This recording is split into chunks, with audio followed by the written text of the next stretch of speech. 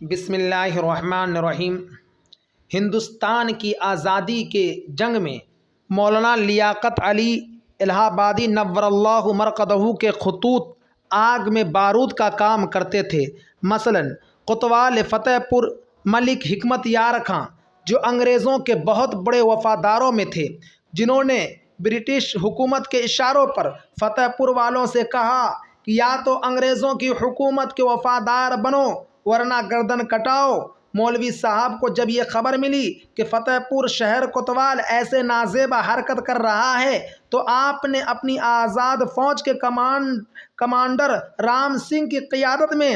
500 فوجی دستے کو فتح پور روانہ کیا اور حکم دیا کہ فوج کو راجہ اسوتر کے محل کے پیچھے روک لینا اور تم میرا یہ خط قاصد کے حیثیت سے شہر کوتوال کو دے دینا۔ اگر وہ خط پڑھنے کے بعد اپنی شیطانی فطرت سے توبہ کر لے تو آزاد فوج کی کمان اس کے سپرد کر دینا تاکہ وہ برطانوی حکمراں کے خلاف جنگ کر سکے، اور نہیں مانتا تو اپنی آزاد فوج کے ساتھ فتح پور کے برطانوی حکمرانوں کے خیرخواہوں کو تہ و تیگ کر دینا اور حکومت کو آزاد فوج کے کنٹرول میں دے دینا تاکہ بہادر شاہ ظفر کے نام پر حکومت کرے۔ جب رام سنگھ شہر کوتوال کو خط دیا تو اس کو پڑھنے کے بعد آنکھوں سے آنسو جاری ہو گئے اور اس نے ببانگ دہل یہ کہنا شروع کیا کہ میں اپنے گناہوں سے توبہ کرتا ہوں اور مولانا صاحب کے آزاد فوج کا ایک سپاہی بن کر لڑنا چاہتا ہوں۔ اس کے بعد رام سنگھ نے مولانا صاحب کی کہی ہوئی ساری بات منو ان گوش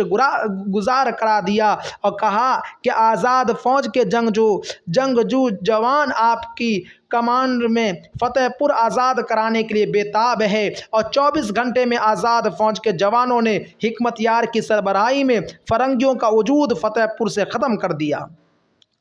اس خط کا مفہوم کچھ اس طرح ہے کہ اے حکمت یار، تم مسلمان پیدا ہوئے ہو، مسلمانوں کا فرض ہے کہ اپنے ملک، اپنے دین، اپنی تہذیب، اپنا ادب، ان سب کی بقا کے لیے اپنے آپ کو مٹا ڈالے تاکہ دنیا و آخرت میں سرخ روح ہوں۔ یہ فرنگی مسلم اور ہندو دونوں کی تہذیب ختم کر رہے ہیں، ہم ہی کو نہیں بلکہ پورے ہند والوں کو ذہنی طور سے غلام بنا رہے ہیں۔ یہ مٹھی بھر گورے نہ تو ہمارے بہنوں، بیٹیوں اور ماؤں کی عزت و آبرو کو محفوظ رہنے دیں گے اور نہ ہی کسی خوددار انسان کو زندہ رہنے دیں گے۔ اس خط کو پڑھتے ہی حکمت یار کا کایا پلٹ گیا اور وہ انگریز کی وفاداری کو چھوڑ کر مولانا لیاقت علی صاحب الہ آبادی کے بات کو مان کر اور پھر لڑائی کیے، یہاں تک کہ انگریزوں کو پسپا کر کے بھگا دیا۔ یہ تھے ہمارے علماء اکرام کہ جنہوں نے جنگ آزادی میں اس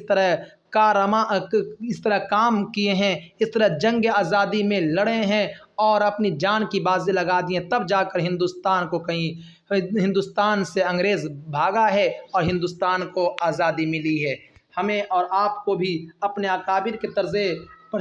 چلتے ہوئے اپنے دین کی تحفظ، اپنے ملک کی تحفظ کے لیے ہر چیز قربانی کرنے کے لیے تیار رہنا چاہیے۔ اللہ تبارک تعالی ہم تمام لوگوں کو کہنے سننے سے زیادہ بزرگوں کے طریقے پر عمل کرنے کی توفیق عطا فرمائے۔